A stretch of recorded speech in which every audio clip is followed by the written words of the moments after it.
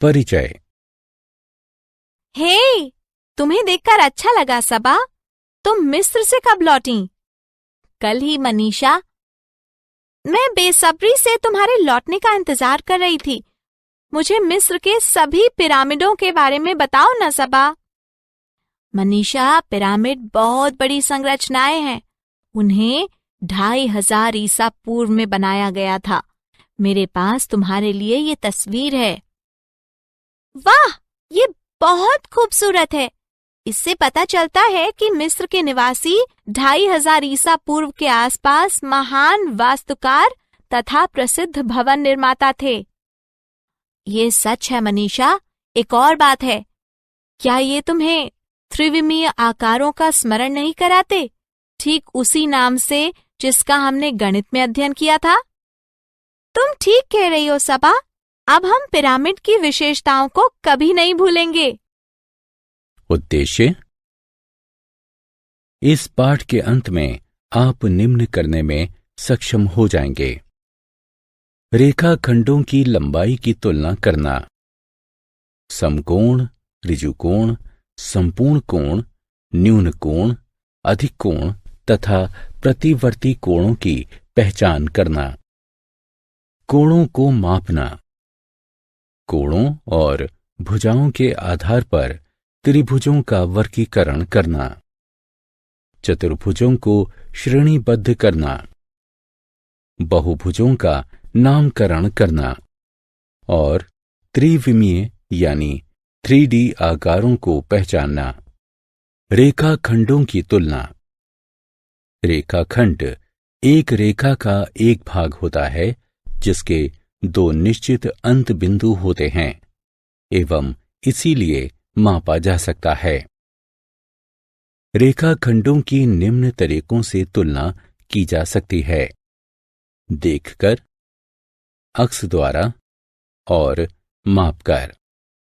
आइए प्रत्येक विधि को विस्तार से देखते हैं। देखकर तुलना करना। दो रेखाखंडों PQ तथा RS को देखिए। दो रेखाखंडों में से कौन सा सबसे छोटा है? दोनों रेखाखंडों को देखिए। ये देखने से ही स्पष्ट है कि PQ RS से छोटा है। अक्स द्वारा तुलना करना। दो रेखाखंडों MN तथा KL को देखिए। दो रेखाखंडों में से कौन सा सबसे बड़ा है? देखने से ये स्पष्ट नहीं होता है कि कौन सा सबसे बड़ा है। अतः अक्स कागज यानी ट्रेसिंग पेपर पर KL का अक्स खींचिए। इसे MN पर रखिए। अब ट्रेसिंग पेपर खींचे गए KL से MN का मिलान करने पर यह स्पष्ट है कि KL MN से छोटा है। इस प्रकार MN सबसे बड़ा रेखाखंड है। माप कर तुलना करना। दो रेखाखंडों AB तथा CD को देखिए। दो रेखाखंडों में से कौन सा सबसे लंबा है? आइए एक फुट्टे यानी रूलर की सहायता से दो रेखाखंडों को मापते हैं एवं कौन सा सबसे लंबा है इसका भी फैसला करते हैं। आइए रेखाखंडों को मापने के लिए सेंटीमीटर वाले भाग का प्रयोग करते हैं। रूलर को AB के नीचे इस तरह रखिए कि रूलर का एक हिस्सा ठीक A के नीचे हो। AB की लंबाई को चिन्हित कीजिए। ये 5 सेंटीमीटर है। CD के लिए इसी प्रक्रिया की पुनरावृत्ति कीजिए। CD की लंबाई 3 सेंटीमीटर है। अतः AB सबसे लंबा है। माप गलत भी हो सकती है यदि रूलर को सही नहीं रखा गया हो अथवा व्यक्ति गलत कोण से माप ले रहा हो। डिवाइडर का प्रयोग करना मापन का एक बेहतर तरीका है। डिवाइडर को ए बी पर इस तरह रखिए कि डिवाइडर की एक भुजा अंत बिंदु ए पर हो तथा दूसरी भुजा का अंत बिंदु बी पर हो। अब ए बी को मापिए। डिवाइडर को रूलर पर रखिए। ए बी की लंबाई को 5 सेंटीमीटर के रूप में लिखिए। अब इसी तरीके से सी डी को मापिए। सी डी की लंबाई को 3 सेंटीमीटर के रूप में लिखिए। अतः ए बी सबसे लंबा है। समकोण, ऋजु कोण एवं संपूर्ण कोण। एक रिहायशी इलाके में 4 क्षेत्र ए, बी, सी और डी हैं। 4 क्षेत्र इस तरह स्थित हैं। राजीव क्षेत्र ए में रहता है और फिटनेस का दीवाना है। प्रतिदिन सुबह वो आवासीय परिसर और उसके आसपास जॉगिंग करता है। आइए अब हम उसके द्वारा उपयोग किए जाने वाले 2 मार्गों को देखते हैं। जॉगिंग करते हुए राजीव 3 भिन्न कोण बनाता है। वे हैं समकोण, ऋजु कोण और संपूर्ण कोण। आइए प्रत्येक कोण को अब विस्तार से देखते हैं। समकोण। आइए प्रथम मार्ग को देखते हैं जिस पर राजीव जॉगिंग करता है। वह क्षेत्र ए से क्षेत्र सी तक जॉगिंग करता है और बाईं ओर मुड़ता है। फिर क्षेत्र डी तक जॉगिंग करता है। तत्पश्चात पुनः बाईं ओर मुड़ जाता है। फिर क्षेत्र बी तक जॉगिंग करता है और एक बार पुनः बाईं ओर मुड़ जाता है एवं फिर क्षेत्र ए की ओर वापस जॉगिंग करता है। हर बार राजीव बाईं ओर मुड़ता है। वो 90 डिग्री का समकोण बनाता है। इस प्रकार एक पूरे चक्कर में वो 4 समकोण बनाता है। ऋजु कोण। आइए द्वितीय मार्ग को देखते हैं जिस पर राजीव जॉगिंग करता है। वह क्षेत्र ए से क्षेत्र सी तक जॉगिंग करता है और बाईं ओर मुड़ता है। फिर क्षेत्र डी तक जॉगिंग करता है। तत्पश्चात पुनः बाईं ओर मुड़ जाता है और क्षेत्र बी की ओर आधे रास्ते तक जॉगिंग करता है। एक बार पुनः बाईं ओर मुड़ जाता है। फिर क्षेत्र ए तक जॉगिंग करता है। जब राजीव क्षेत्र ए से क्षेत्र सी तक जॉगिंग करता है तो वो 2 समकोणों को कवर करता है। दूसरे शब्दों में वो 180 डिग्री का ऋजु कोण कवर करता है। इस जॉगिंग मार्ग में राजीव एक और ऋजु कोण कवर करता है। क्या आप इसकी पहचान कर सकते हैं? हाँ, जब वो क्षेत्र बी से ए क्षेत्र तक जॉगिंग करता है वो एक अन्य ऋजु कोण कवर करता है, संपूर्ण कोण। आइए प्रथम मार्ग को एक और बार देखते हैं जिस पर राजीव जॉगिंग करता है। वह क्षेत्र ए से सी, से डी, से बी तथा पुनः ए की ओर जॉगिंग करता है। एक एकल चक्कर में वो 4 समकोण बनाता है। दूसरे शब्दों में वो 360 डिग्री का एक संपूर्ण कोण बनाता है। न्यून कोण, अधिक कोण एवं प्रतिवर्ती कोण। 3 कोण और हैं। ये हैं न्यून कोण, अधिक कोण, प्रतिवर्ती कोण। आइए एक एक करके इन्हें देखते हैं। न्यून कोण। खुले हुए दरवाजे की इस तस्वीर को देखिए। क्या आप उस कोण की पहचान कर सकते हैं जो धरातल के साथ बनता है? जी हां, ये 90 डिग्री का है। अब धीरे धीरे दरवाजे को बंद कीजिए। क्या आप उस कोण की पहचान कर सकते हैं जो अब धरातल के साथ बनता है? आप सही हैं, ये 90 डिग्री से कम है। 90 डिग्री की माप से कम का कोण न्यून कोण कहलाता है। अधिक कोण। आइए उन पुनः खुले हुए दरवाजे की तस्वीर पर चलते हैं। आपको क्या लगता है कि क्या होगा यदि आप दरवाजे को दाईं तरफ धकेलते हैं? जी हां, कोण की माप 90 डिग्री से अधिक हो जाएगी। 90 डिग्री की माप से अधिक माप का कोण अधिक कोण कहलाता है। प्रतिवर्ती कोण। इस केक को देखिए। इसके 1/4 को काटा गया है। एक पूरा केक 360 डिग्री का एक संपूर्ण कोण बनाता है। केक का काटा गया 1/4 हिस्सा 90 डिग्री का कोण बनाता है। बचा हुआ केक 270 डिग्री का कोण बनाता है।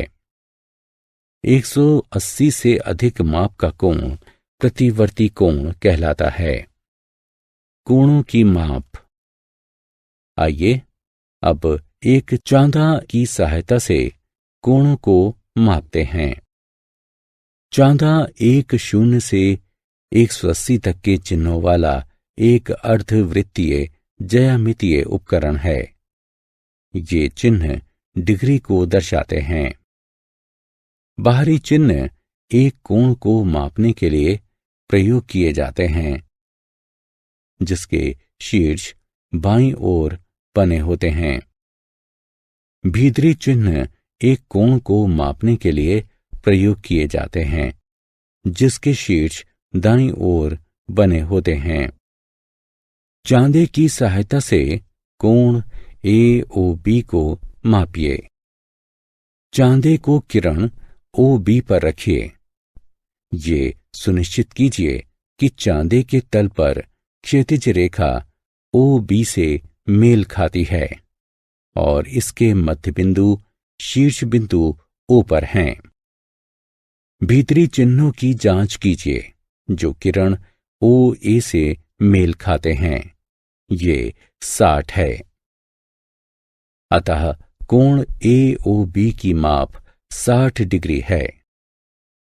चांदे की सहायता से कोण MON को मापिए।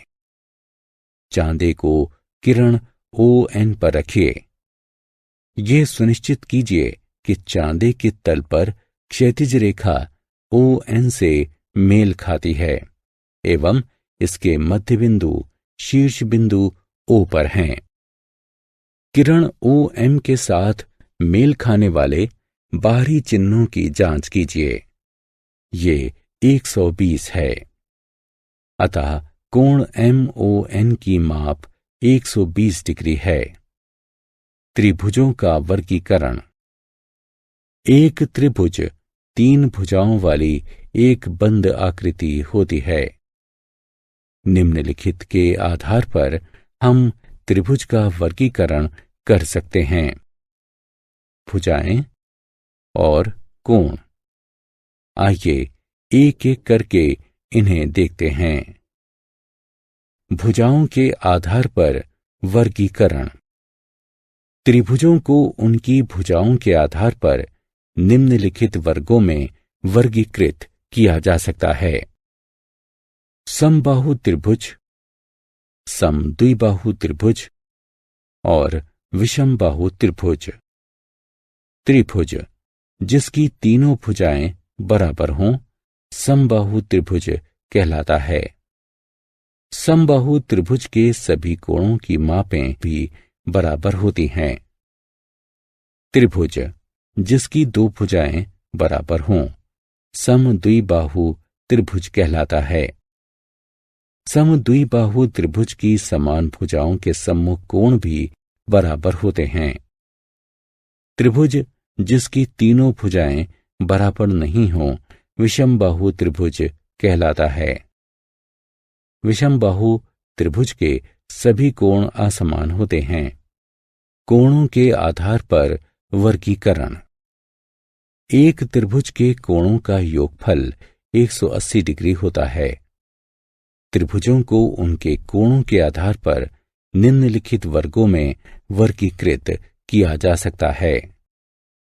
न्यून कोण त्रिभुज, समकोण त्रिभुज और अधिक कोण त्रिभुज। त्रिभुज जिसके सभी तीनों कोणों की माप 90 डिग्री से कम हो न्यून कोण त्रिभुज कहलाता है। त्रिभुज जिसके किसी एक कोण की माप 90 डिग्री हो समकोण त्रिभुज कहलाता है। त्रिभुज जिसके किसी एक कोण की माप 90 डिग्री से अधिक हो अधिक कोण त्रिभुज कहलाता है। लंब रेखाएं। इन दो रेखाओं को देखिए। ए बी सी डी को प्रतिच्छेद करती है। दो रेखाओं का प्रतिच्छेदन बिंदु O है।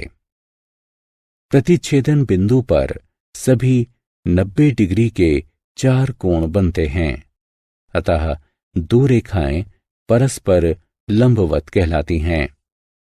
यदि O सी डी का भी मध्य बिंदु हो तब ए बी सी डी को समद्विभाजित करता है, क्योंकि ये सी डी को दो समान भागों में विभक्त करता है।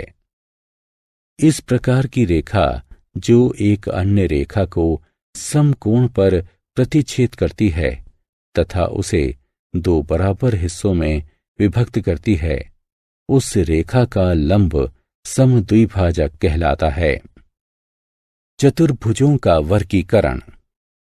चतुर्भुज एक 4 भुजाओं वाला बहुभुज है। चतुर्भुजों को निम्न प्रकार से वर्गीकृत किया गया है। आयत, वर्ग, समानांतर चतुर्भुज, समचतुर्भुज, समलंब चतुर्भुज। आइए प्रत्येक के गुणों को जानते हैं। आयत। एक आयत एक चतुर्भुज होता है जिसकी सम्मुख भुजा बराबर तथा समानांतर होती हैं। चारों कोण बराबर होते हैं। प्रत्येक कोण की माप 90 डिग्री होती है। विकर्ण बराबर एवं परस्पर लंबवत होते हैं। वर्ग। एक वर्ग एक चतुर्भुज होता है जिसकी चारों भुजाएं बराबर होती हैं। सम्मुख भुजाएं समानांतर होती हैं। चारों कोण बराबर होते हैं। प्रत्येक कोण की माप 90 डिग्री की होती है। विकर्ण बराबर एवं परस्पर लंबवत होते हैं। समानांतर चतुर्भुज।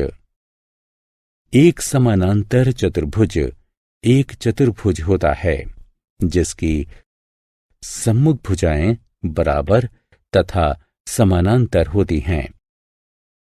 सम्मुख भुजाएं बराबर होती हैं। समचतुर्भुज। एक समचतुर्भुज एक चतुर्भुज होता है जिसकी चारों भुजाएं बराबर होती हैं। सम्मुख भुजाएं समानांतर होती हैं।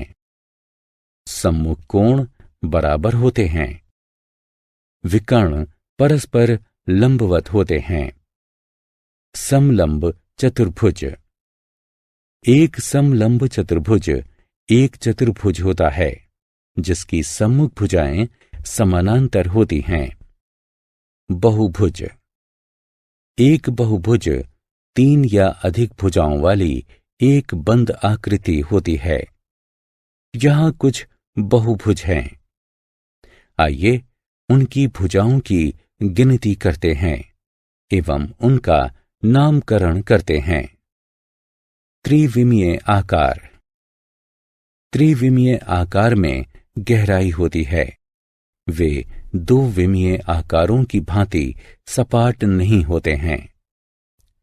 त्रिविमीय आकारों के उदाहरण हैं घन, शंकु, गोला, घनाभ, प्रिज्म, पिरामिड इत्यादि।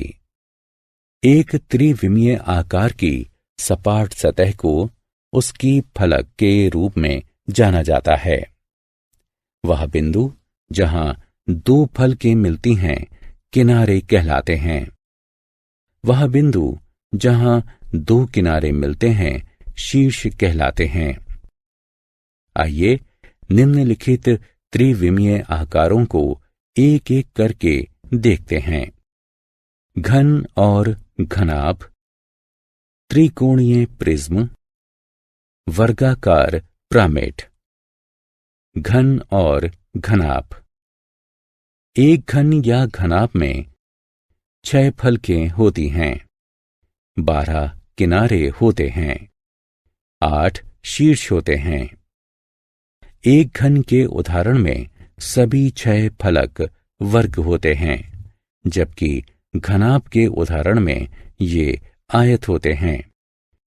एक घन का उदाहरण एक पासा है। एक घनाभ का उदाहरण एक पुस्तक है। त्रिकोणीय प्रिज्म।